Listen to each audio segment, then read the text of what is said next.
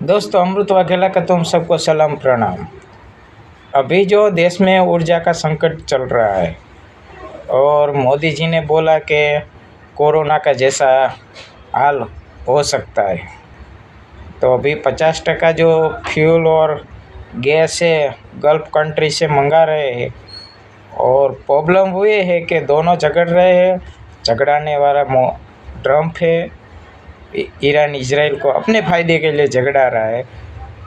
Trump को कब्जा चाहिए था ईरान पे कब्जा हो गया तो फ्यूल सब उसका हो गया और दुनिया पे राज करो, ऐसा था। मगर ये दोनों झगड़ाने में अभी इतना झगड़ रहे हैं कि कोई किसी की सुन नहीं रहे। और ये दोनों झगड़े नुकसान सबको हो रहा है, क्योंकि वहाँ से फ्यूल आना स्टॉप हो गया। और ये स्टॉप हो गया उतना ही नहीं, गल्फ कंट्री से जो भी जहाज निकालना हो तो उसके लिए अरबों रुपये मांग रहे हैं टैक्स।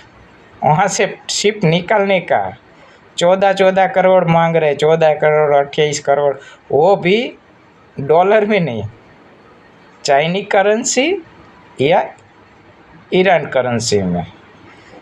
तो समझ लो टैक्स इतना मांगेगा तो फ्यूल पे तो लोड पड़ेगा ही, और वहाँ से आने में 1 हफ्ता गुजर जाता है। और अभी रसिया से फ्यूल आ रहा है, मगर रसिया से फ्यूल मंगाने का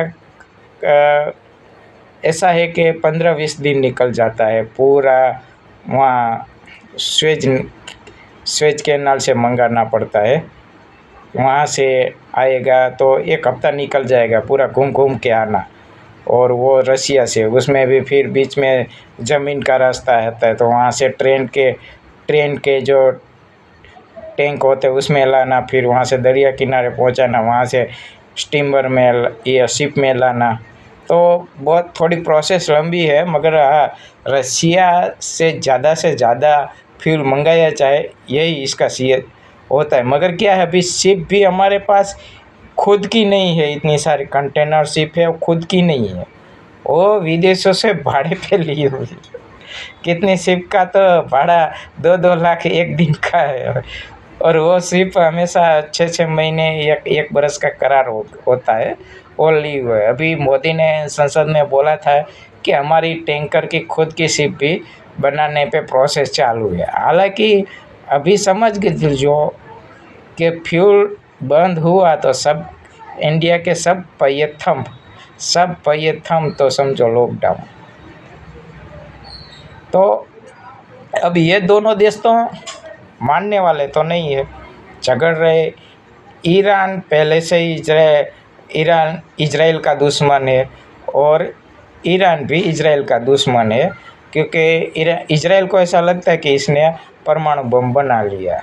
अब ये अमेरिका वाला बोल रहा है कि इसके पास परमाणु बम है, बना रहा है, तो इसको उसके खेमने को मानना चाहिए। मगर परमाणु बम नहीं, उसकी नज़र थी पेट्रोल पे। जहाँ से पेट्रोल निकल रहा है उस पर कब्जा हो जाए तो गल्फ कंट्री पे पूरा कब्जा हो जाए, और मेरा वर्ल्ड किंग बन जाऊँ। और कभी भी ट्रम्प की नज़र बहुत बुरी होती, पहले थी अलग अलग देशों में हमेशा मरवाने वाला अमेरिका ही है, समझ लो। सद्दाम हुसैन हो, कोई भी हो, सब जगह मरवाने वाला झगड़ाने वाला अमेरिका ही है। रशिया और अमेरिका, यही 2 महासत्ता है वर्ल्ड में, और उसके कारण ही वर्ल्ड वॉर होगा। तो हमें हमेशा, मुझे लगता है ईरान को ही सपोर्ट देना चाहिए कि ईरान से अच्छी बातचीत होगी तो वहाँ से फ्यूल भी आता रहेगा और हमारे के ऊपर कोई टैक्स भी ना लगे। तो ऐसा ही हमें अच्छी क्योंकि हमारा 50% तो वहीं से आ रहा है, तो हमें तो जिसकी ज़रूरत है तो उससे ही अच्छा रखना। ट्रम्प का कोई भरोसा नहीं, वो किसी का दोस्त था न है न रहेगा। उसको तो बस अपना पैसा ही, मैं कैसे किंग बनूँ, अमेरिका कैसे ग्रेट बनाऊँ, उसका तो वही। वो कल भी कुछ बोलेगा, आज भी कुछ बोलेगा। अभी बोल रहा है मेरी ईरान से बात हो रही है और उनके कुछ हमारे कैसे संसद में स्पीकर होते हैं उनसे बात हो रही है और हम नेगोशिएट कर रहे हैं और समझौता की बात चल रही है। अभी वहाँ ईरान के जो स्पीकर खुल के सामने आए बोल रहे हैं हमारे साथ कोई बातचीत चल नहीं रही है। अपने आप वो ट्रम्प बोल रहा है।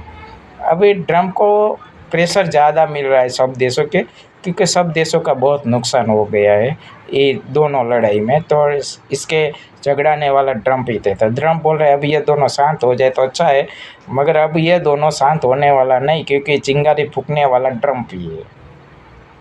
अपने फ़ायदे के लिए उसने चिंगारी फूकी है।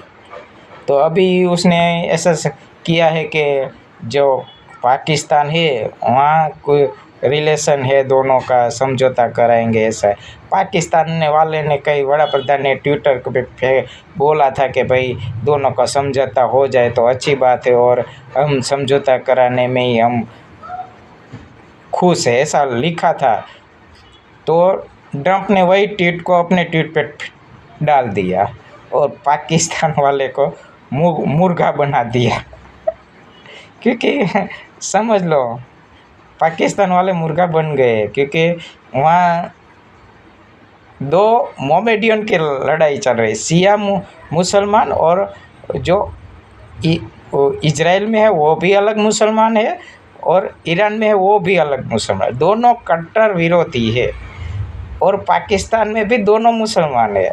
तो हमेशा पाकिस्तान वाले हैं ना इजराइल को कभी देश का मान्यता दी ही नहीं, और ट्रम्प ने फंसा दिया कि ये समझौता कराएंगे तो मुर्गा पाकिस्तान को भी बना डाला है। हमारे इंडिया की जो पाकिस्तान की लड़ाई हुई थी उसमें भी ट्रम्प बोल रहा था मैंने समझौता करा दिया, ने ऐसा कर खुद का लाभ ले रहा था, मोदी कुछ बोल नहीं रहा था। संसद में बहुत हुआ था। तो ट्रम्प कहीं भी लड़ाई चलो बीच में घुस ही जाता है अपना लाभ कमाने के लिए, अपना मैं ही ग्रेट हूँ, मैं ही ग्रेट हूँ, ऐसा है। मगर ये युद्ध लंबा चला तो मगर इसकी वजह से अभी वर्ल्ड वॉर न हो इसके लिए अभी ये ऊर्जा मंत्री है उसने भी बोल दिया कि भाई जो भी हवाई यात्रा है जिसमें घूमने जा रहे, फिजूल में घूमने जा रहे, उन हवाई यात्रा पे रोक लगाई जाए, उसमें कंट्रोल किया जाए, ताकि हवाई यात्रा में ही ज़्यादा फ्यूल जाता है तो उसमें ज़्यादा कंट्रोल किया जाए और फिजूल फ्यूल पे कंट्रोल किया जाए। अभी ऐसा है कि समझ लो ये तो फ्यूल पे कंट्रोल किया जाए। ऐसा है कि हमारे समझ लो परिवार में हो एक बच्चा हो और 3 बच्चे को संभालना हो, इनकम इतनी हो तो कंट्रोल करना पड़ता है ना, बांटना पड़ता है कि इतना पे इतना तेरे इतना पैसे का तुझे मिलेगा खाने वो भाग मिलेगा, इसका पैसे इतने पैसे का तुझे भाग। तो अभी इंडिया में यही हाल होने वाला, 50% वहाँ से माल आ रहा है और उसमें भी ऐसा यूज चल रहा है तो जहाँ निकल नहीं रहा है। तो अभी फ्यूल में कंट्रोलिंग करना चाहिए, मगर अभी इंडिया के पास फ्यूल है, स्टॉक है, मगर इतना बड़ा स्टॉक नहीं है कि स्टॉक आउट हो गया है। थोड़ा थोड़ा कंट्रोल करना चाहिए, मगर कुछ लोगों ने अफवाह फैला दी कि भाई स्टॉक आउट है, स्टॉक आउट है। फिर ये लोग क्या है घबरा के इंडिया वाले फुल करने फिजूल में पेट्रोल स्टॉक करने लगे हैं और उनसे भी संकट आ सकता है। जितना फ्यूल चाहिए उतना ही लो, फ्यूजल में स्टॉक न करो ताकि इमरजेंसी वाले कोई हो उसको दिक्कत न हो। जैसे सिलेंडर में भी ऐसा हुआ था, सिर्फ सरकार ने इतना ही बोला था कि 20 दिन की जगह 25 दिन के बाद मिलेगा, उसमें भी इतना ही बोला है, थोड़ा कंट्रोल करने को बोला था। उसमें तो कितने एजेंसी वाले स्टॉक करने लगे सिलेंडर का और भाव आसमान पे ला दिया। ये मजबूरी का लाभ लेके कमाने लगते हैं, बस नस पकड़ लेके। तो कुछ ऐसे लोग होते हैं, उस पर ध्यान मत दो और सही बात पे ध्यान दो। जय हिंद।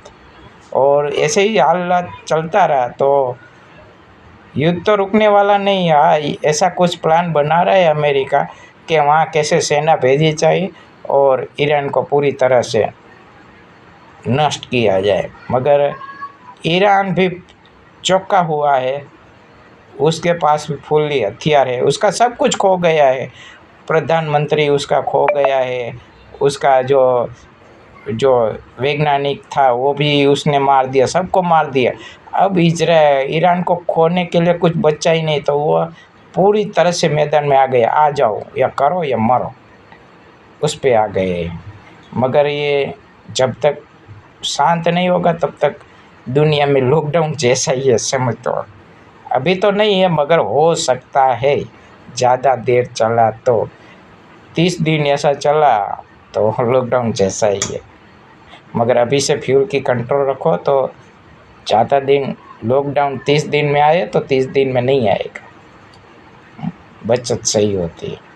बाकी कोई पेट्रोल पंप पे बोले शॉर्टेज है, वहाँ जाके आप देख लो स्टॉक कितना लिखा है, लिखा ही होता है। कोई अफवाह पे ध्यान मत दो, वहाँ जाके स्टॉक देख लो, वहाँ लिखा होता है कितना केल पड़ा है फ्यूल, 10 केल 20 केल 30 केल लिखा ही होता है, देख लो, पता चल जाएगा आपको। और ट्रैफिक देख लो, उसके हिसाब से कब ख़त्म हो जाएगा ये भी आपको पता चल जाएगा। अफवाह पे ध्यान मत